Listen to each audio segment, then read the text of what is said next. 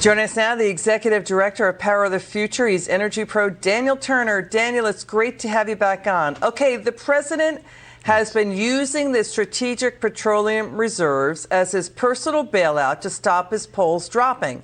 It's meant for hurricanes and natural disasters, not political disasters. He's bringing the level down to 1985 levels. What do you say to this story?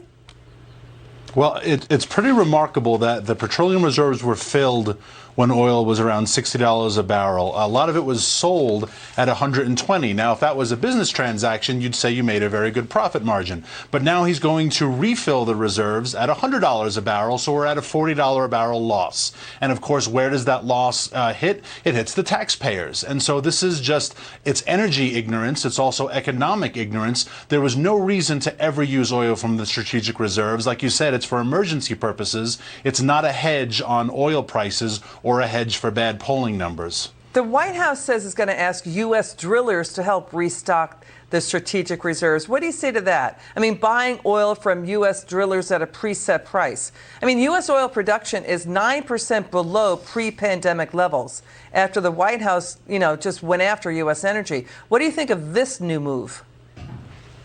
Well, I think price fixing is always a losing strategy, right? So for the White House to say that they want a preset price for crude is never going to end well. It will eventually drive back up prices. But this nonsense that somehow the oil and gas community is not drilling, that we're not producing enough, that we're holding on to leases, it comes from a lot of the chaos that we see in this White House when it comes to messaging. Are high prices the price of Putin's war? Are high prices the cost of the COVID and supply chain problems? Or are high prices the cost of greed and profiteering, right? We've heard all these messages. And so depending upon what day it is, the White House has a new pivot. And so now to say, well, you need to produce more, it just doesn't it's not the same consistent messaging. And boy, that reflects in these terrible poll numbers because the American people are frustrated. Yeah, to your point, we're going to now show the viewer the messaging that you just pointed out.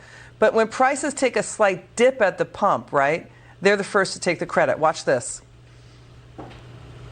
Inflation was a consequence of Putin's price hike because of the impact on gas and energy prices. Putin price hike. The Putin price hike. Putin's price hike is hitting America hard. Oil companies. Shipping companies. Republicans in Congress are doing everything they can to stop my plans to bring down costs. Now remember, this price increase is due to Putin's tax hikes. Gas prices have been declining across the country. This is so exciting, guys. I'm in the graph. Average American driver will spend about $25 per month less on gasoline than they would have if prices had stayed at their June peak. Is gas going down because of what the White House is doing, Daniel?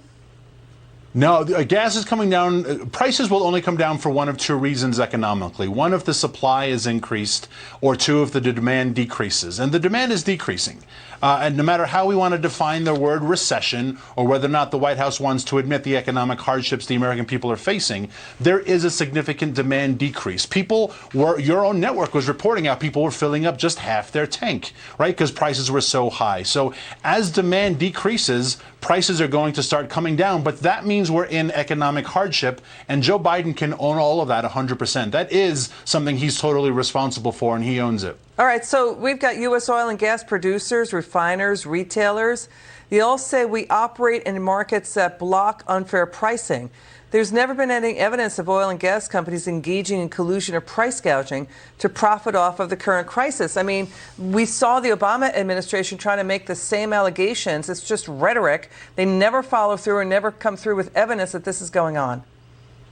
No, and remember, a lot of members of the Democrats in Congress also said this about the meat industry, the dairy industry. They accuse everyone of price gouging because they don't want to admit that their economic policies have driven up this rampant inflation that we're experiencing worldwide. And just one funny example of how crazy their messaging is, here's the press secretary applauding $25 a month in savings. And 5 years ago, when there was the Republican tax decrease, tax plan, Nancy Pelosi called $1,000 crumbs for the American people. So if it was crumbs a couple of years ago, $1,000, $25 is really nothing to celebrate. Daniel Turner, good to see you. Come back soon. Thank you. Dozens of state attorneys general now suing the White House for threatening to block